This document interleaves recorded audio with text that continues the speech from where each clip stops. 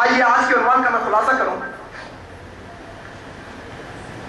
کہ عمل کس پر، سیرت النبی صلی اللہ علیہ وسلم پر، یا میں واضح کر دوں گا عمل کس پر، سیرت النبی صلی اللہ علیہ وسلم پر یا میلاد النبی صلی اللہ علیہ وسلم پر؟ اگر عمل کس پہ ہونا چاہیے، آئیے آج کے اس محفل میں کسی کو ہم برا بھلا نہیں کہیں گے، سب ہمارے بھائی ہیں، کسی کے تعلق سے ہمارے اندر کوئی کینہ کپٹ نہیں ہے، سب ہمارے بھائی ہیں۔ ہمیں صرف پرواہ یہ ہے کہ کہیں ہم اس دنیا کے اندر خواب خرگوش کی زندگی گزارنے میں مگن رہے اور قیامت کے اندر ہمیں جہنم کا منہ نہ دیکھنا پڑے، ہمیں ہم سب کی فکر ہے۔ اور یہ پروگرام منعقد کرنے کا مقصد بھی یہی ہے کہ آپ کی اور میری اصلاح ہو جائے، آپ کی اور میری ایسی اصلاح ہو جائے کہ اللہ ہم سب سے راضی ہو جائے، اور کچھ نہیں۔ ہم دیکھتے ہیں جیسے ہی ربیع الاول کا مہینہ آتا ہے، تمام اکثریت مسلمانوں کی جوش و خروش میں ہوتی ہے، جھنڈیاں لگائی جاتی ہیں، لائٹنگ ڈالے جاتے ہیں، لے جانے کیا کیا اور ہوتا ہے، مجھے اور اس کے اندر ڈیٹیل نہیں معلوم، لیکن بہت سارے کام ہوتے ہیں جن کا میں تذکرہ کروں گا۔ ہم دو چیزوں کو سامنے رکھیں گے۔ اکثر ہوتا ہے نا کہ بھائی کورٹ کے اندر کوئی پرابلم ہو گیا، کوئی لڑ لیے دو لوگ، تو جج کیا کرتا ہے؟ دونوں کی بات سنتا ہے، دونوں طرف بات سن کر فیصلہ کرتا ہے۔ اور میلاد النبی کے بارے میں اور سیرت النبی کے بارے میں ہم دو پہلو آپ کے سامنے رکھیں گے، ایک طرف سیرت النبی رہے گی اور ایک طرف میلاد النبی رہے گی، اور ہم دیکھیں گے کہ آخر دونوں میں سے عمل کس پر ہونا چاہیے۔ اگر آپ غور کریں گے، میلاد النبی جب آتی ہے تو جو سب سے پہلی چیز بری ہوتی ہے، سب سے بڑی چیز جو بری ہوتی ہے وہ ہے فضول خرچی۔ فضول خرچی جانتے ہیں آپ لوگ؟ فضول خرچی، اسراف کرنے کے بارے میں قرآن نے کیا کہا جانتے ہیں آپ لوگ؟ جانتے ہیں آپ لوگوں میں سے کوئی؟ میں چاہوں گا آپ لوگ جواب دیجیے۔ فضول خرچی کرنے والے کو کیا کہتے ہیں؟ کیا کہتے ہیں؟ زور سے کہیے۔ شیطان کے بھائی کہا قرآن نے، اللہ تبارک و تعالیٰ نے کہا جو لوگ فضول اسراف کرتے ہیں، فضول خرچی کرتے ہیں، وہ کون ہے؟ شیطان کے بھائی ہیں۔ اور آج اگر آپ دیکھیں گے کہ لاکھوں روپے کی چھٹیاں لگائی جاتی ہیں، کروڑوں روپے کے لائٹنگ لگائے جاتے ہیں، اربوں روپے خرچہ کیے جا رہے ہیں اس میلاد النبی پر، آپ اگر میرے اور آپ کے آقا کی زندگی پر نظر ڈالیں گے تو میرے اور آپ کے آقا کی زندگی غربت میں، انکساری میں، عاجزی میں گزر رہی ہے۔ محمد رسول اللہ صلی اللہ علیہ وسلم کے گھر میں 2 وقت تک کھانا پکا ہی نہیں، اور یہاں پر لاکھوں اور کروڑوں روپوں کو برباد کیا جا رہا ہے، اور وہی نبی کے نام پر، وہی نبی کے نام پر جس نبی نے اپنی زندگی کے اندر کچھ جمع پونجی نہیں رکھی، وہی نبی کے نام پر جو نبی کریم صلی اللہ علیہ وسلم کے بارے میں آتا ہے کہ ایک دفعہ آپ صلی اللہ علیہ وسلم نماز پڑھائیں، نماز پڑھنے کے بعد آپ ہوتا ہی وہ اکثر کہ آپ پلٹ کر صحابہ کی طرف چہرہ کرتے اور صحابہ سے گفتگو کر کے رکھتے۔ ایک دفعہ ہوا ہی ہو کہ آپ صلی اللہ علیہ وسلم سلام پھیرے اور فوراً سے صفوں کو پھیلاتے ہوئے اپنے حجرے میں چلے گئے۔ صحابہ پریشان ہوئے، ارے ماجرا کیا ہے؟ نبی کریم صلی اللہ علیہ وسلم نے آج تک ایسا نہیں کیا، کیا طبیعت خراب ہے یا کچھ اور پریشانی؟ آخر کیا مسئلہ ہے؟ ذرا کیا نبی کریم صلی اللہ علیہ وسلم باہر نکلے، کیوں گئے تھے جلدی؟ نبی کریم صلی اللہ علیہ وسلم اندر سے آ رہے ہیں، ہاتھ میں کچھ چیز ہے، اور صحابہ سے کہہ رہے ہیں کہ اے صحابہ، یہ چاندی کا ڈلہ، چاندی کا ڈلہ ہے، یہ خیرات کے لیے آیا تھا، اسے میں خیرات کرنا بھول گیا تھا، اچانک مجھے نماز میں خیال آیا کہ ایک چاندی کا ڈلہ میرے گھر میں پڑا ہے، اور میں گھبرانے لگا کہ ایک سلام پھیرنے کے بعد دوسرا سلام پھیرنے کی مجھے مہلت ملے گی کہ نہیں ملے گی، اسی لیے میں نماز پڑھا اور فوراً آ کر اس چاندی کے ڈلے کو لوگوں میں خیرات کرنے کے لیے آیا۔ وہ نبی کے نام پر آج ہم میلاد کر رہے ہیں اور لاکھوں کروڑوں روپے کا اسراف کر رہے ہیں۔ ارے یہی لاکھوں کروڑوں روپے اگر تمہیں غریب بچی کی شادیوں میں لگاتے تو وہ آپ کو دعا دیتی تھی۔ آج کئی لوگ ہیں جو بن بیاہ گھروں میں بیٹھے ہیں، جن کی مانگیں سفید ہو رہی ہیں، جن کی عمریں اوپر ہو رہی ہیں، صرف اسی بنا پر وہ شادی نہیں کر پا رہے ہیں کہ ان کے پاس پیسہ نہیں۔ اگر تم یہی میلاد النبی کا پیسہ ان غریب لڑکیوں کی شادی میں لگاتے تو شاید قیامت کے دن اللہ کے رسول بھی تم سے خوش ہو جاتے۔ آج کئی لوگ ایسے ہیں جو سود کے اندر ملوث ہوتے جا رہے ہیں۔ آپ لوگوں کی ایک ذمہ داری ہے، میلاد النبی کے دن کا اخبار، تمام اخبار خریدیے، منصف، اعتماد، سیاست، رہنما، تمام اخبار خرید کر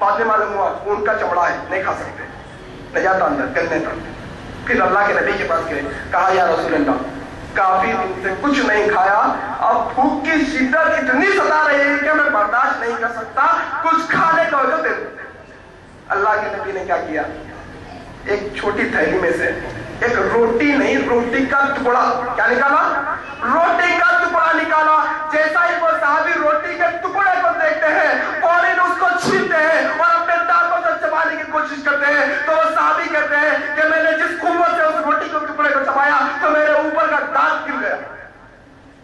میرے اور آپ کے آقا کئیوں دنوں کی پرانی اتنی سخت روٹی کہ کوئی صحابی چباتا ہے تو اس کا دانت ٹوٹ جاتا ہے، وہ کھا رہے ہیں، اتنی غربت میں زندگی گزار رہے ہیں، اور وہ آج ہمارے مسلمان بھائی وہی نبی کے نام پر کیا کر رہے ہیں؟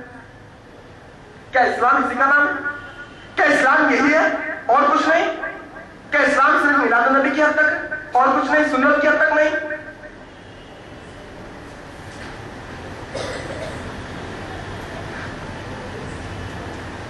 پھر نبی کریم صلی اللہ علیہ وسلم کی جو میلاد منانے کا سلسلہ ہے، آخر یہ شروع کیسے ہوا؟ معلوم تو ہونا چاہیے آخر یہ آیا کیسا، لوگ کیسا اس کو اپنائے، ضروری ہے نا؟ تو ہم دیکھیں گے، صحابہ کے دور سے دیکھیں گے، نبی کے دور سے دیکھیں گے۔ نبی کریم صلی اللہ علیہ وسلم کی نبوت والی زندگی 23 سال ہے، ہم سب جانتے ہیں 23 ایئرس۔ وہ 23 سال کے اندر کیا آپ نے کبھی سنا کہ نبی کریم صلی اللہ علیہ وسلم یا صحابہ نے اللہ کے نبی کی میلاد منائی؟ اگر کوئی سنا اور پڑھا ہو تو میرے بھائی مجھے لا کر بتلاؤ، میں بہت پیاسا ہوں وہ چیز کا، لاؤ مجھے بتلاؤ، میں دیکھنا چاہتا ہوں۔ اگر نہیں بتا سکتا تو ذرا سوچیں گے کہ وہ 23 سال کے اندر ہر سال 12 مہینے آتے تھے کہ نہیں آتے تھے؟ آتے تھے۔ اب وہ 12 مہینوں میں ربیع الاول آتا تھا یا نہیں آتا تھا؟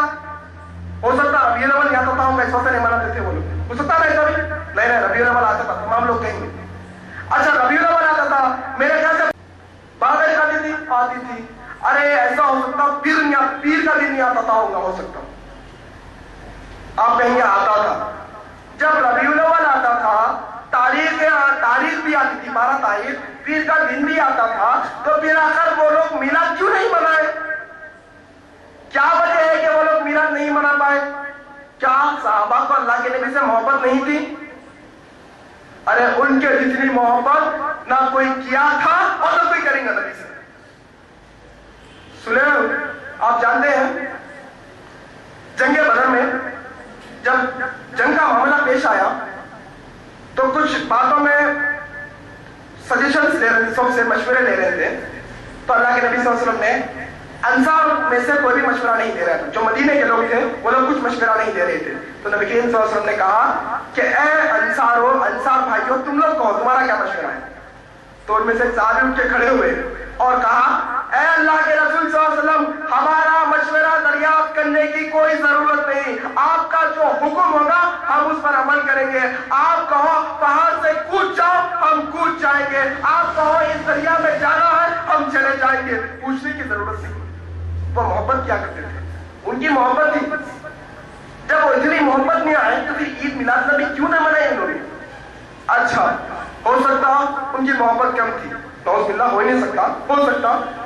اس کے بعد تابعی کا دور شروع ہوا، تابعی لوگ میں بڑے بڑے محدثین گزرے، تابعی میں کوئی نہیں منایا، تبع تابعی میں کوئی نہیں منایا، تبع تابعی دور کی بات، ائمہ اکرام جو وقت کے اماموں کی تقلید ہم لوگ کرتے ہیں انہوں نے نہیں منایا، امام ابو حنیفہ رحمۃ اللہ علیہ نے نہیں منایا، امام شافعی رحمۃ اللہ علیہ نے نہیں منایا، امام مالک رحمۃ اللہ علیہ نے نہیں منایا، امام احمد بن حنبل رحمۃ اللہ علیہ نے نہیں منایا۔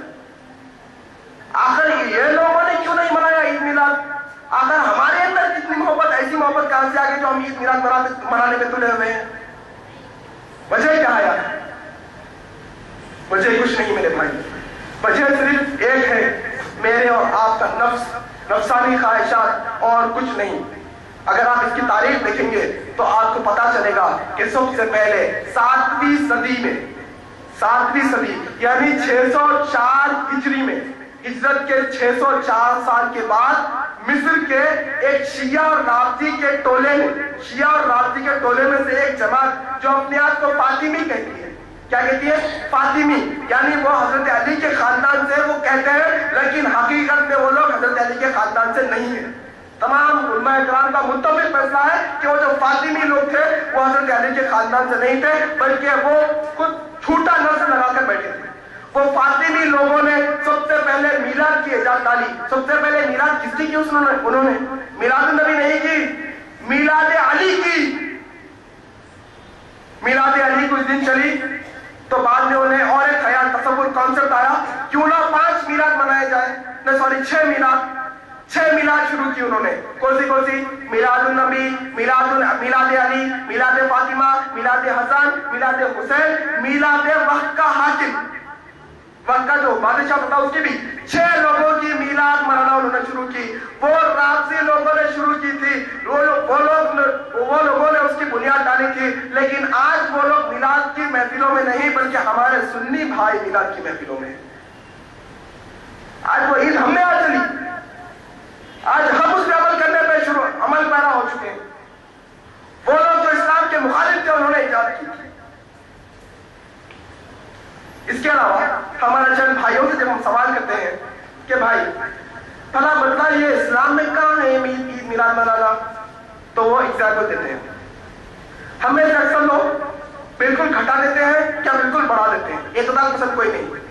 ایک گروپ کہتا ہے اسلام میں صرف 2 عید ہیں، تیسری عید کا تصور ہی نہیں، اور ایک گروہ کہتا ہے اسلام میں بہت ساری عیدیں ہیں، بہت بھی نہیں ہے 2 بھی نہیں ہے، اعتدال پسند۔ ہم جانتے ہیں عید الفطر اور عید الاضحیٰ 2 عیدیں سال میں ہوتی ہیں۔ اس کے علاوہ بھی حدیث میں اور ایک عید کا تصور آیا ہے، وہ ہے جمعہ۔ جمعے کو بھی کیا کہتے ہیں؟ عید المؤمنین۔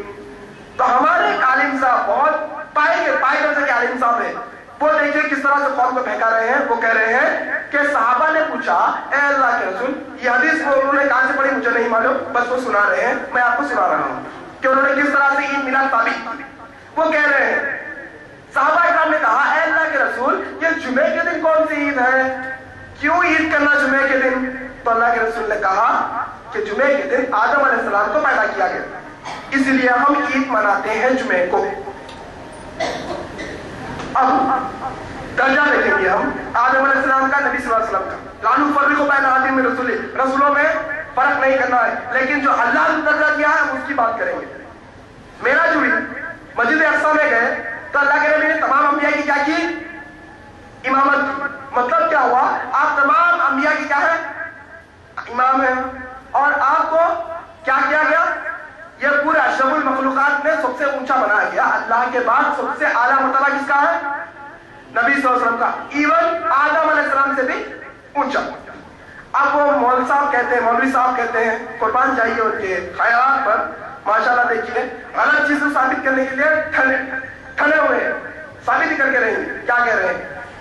جب آدم علیہ السلام پیدا ہوئے تو اللہ کے نبی نے جمعے کو عید منائی۔ جب اللہ کے نبی صلی اللہ علیہ وسلم پیدا ہوئے جو سارے انسانوں کے اندر افضل ہیں، انہوں پیدا ہوئے تو عید نہیں منانا۔ آدم علیہ السلام پیدا ہوئے تو جمعے کے دن عید، جب نبی کے دن صلی اللہ علیہ وسلم پیدا ہوئے تو عید نہیں، جشن نہیں، ایسا کیسا ہو سکتا؟ تو میرے بھائی تھوڑے عقل کے دانت دو۔ مومن عقل مند ہوتا ہے، مسلمان عقل مند ہوتا ہے، وہ سنی سنائی بات پر ایرے غیرے نتھو خیرے کی بات پر عمل نہیں کرتا، وہ لاجک سے بات کر رہے ہیں، ہم بھی لاجک سے جواب دیں گے۔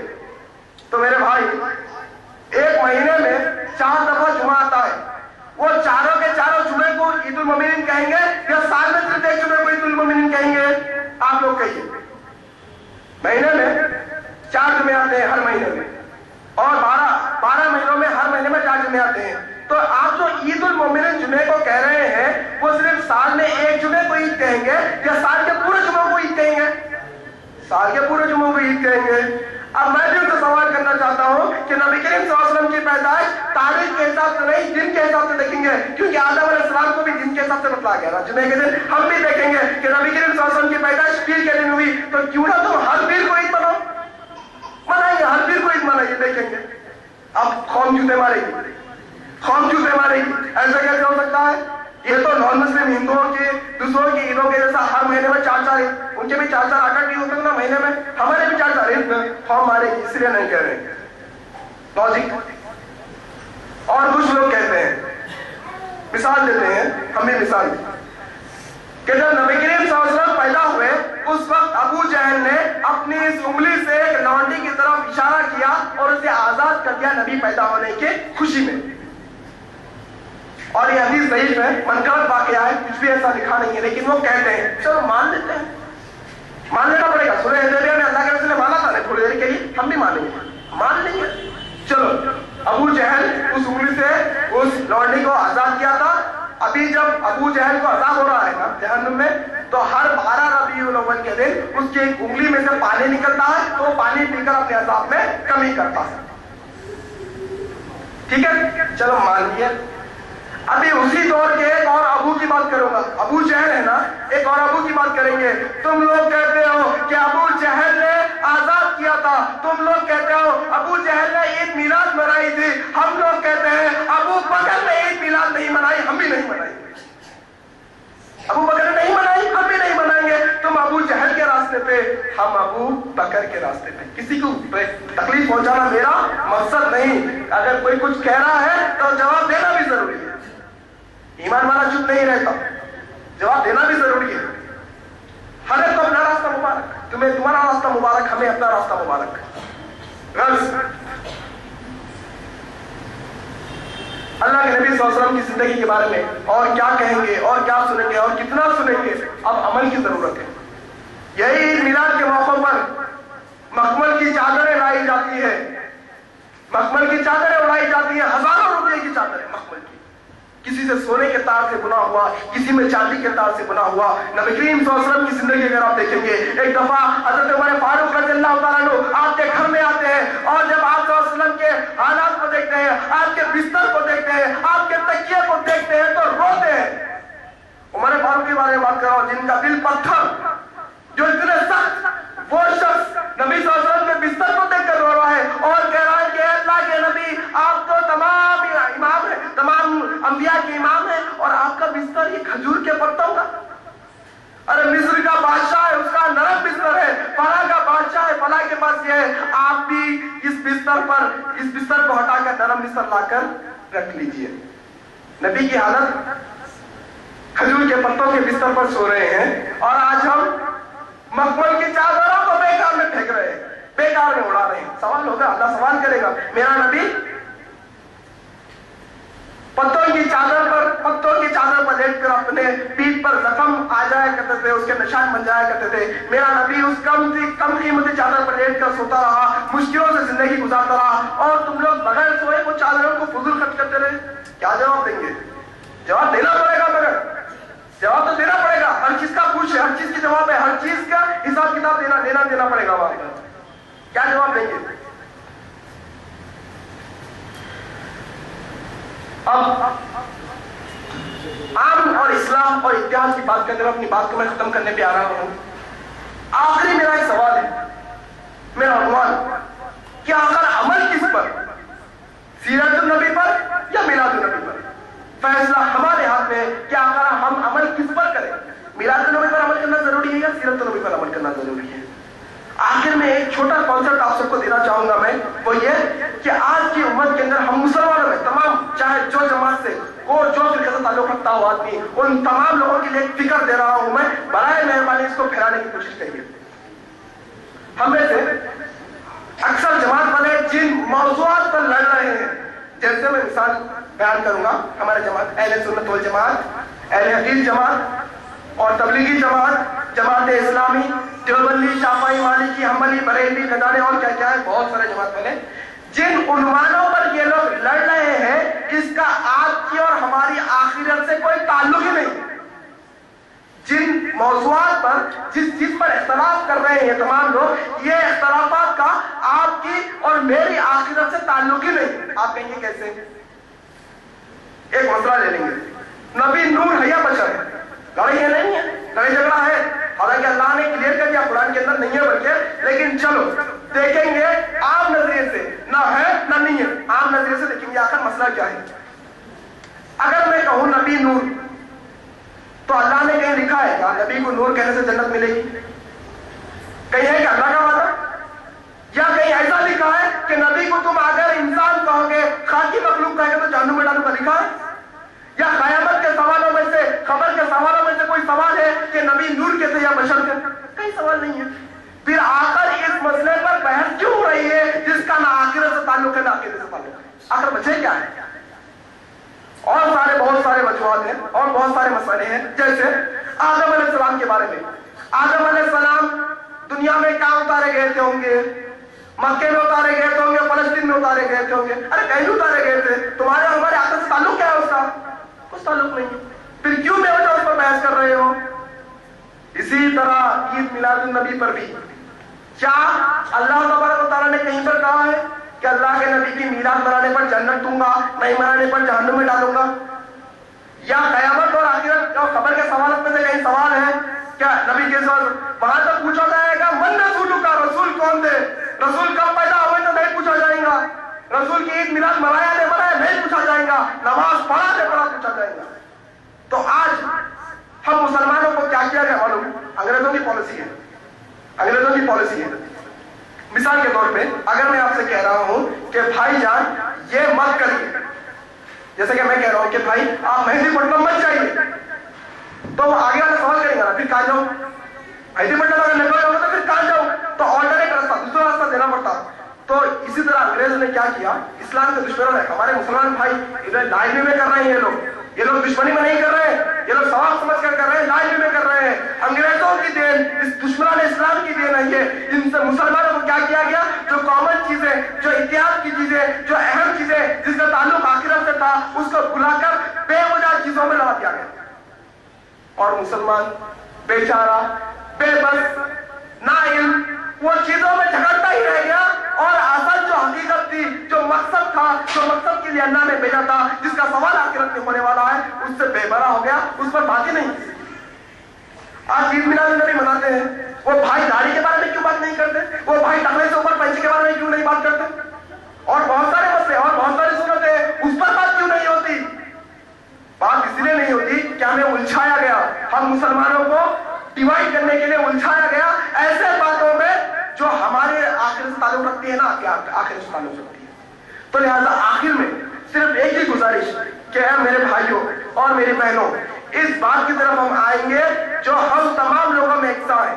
ایک اللہ کو ماننا یکساں ہے, نماز پڑھنا یکساں ہے, روزے رہنا یکساں ہے, زکات دینا یکساں ہے. ہم اس پر آئیں گے, نیک عمل کریں گے, انشاءاللہ ہمارے جو اختلافات ہیں وہ اللہ کے ہاتھ میں ہے, وہ اللہ ہمارے دور کریں گا. آخر میں اللہ تبارک و تعالیٰ سے دعا کرتا ہوں کہ اللہ رب العالمین ہمیں دین کی صحیح سمجھ عطا فرما, ایسی سمجھ اور ایسے اعمال کرنے کی توفیق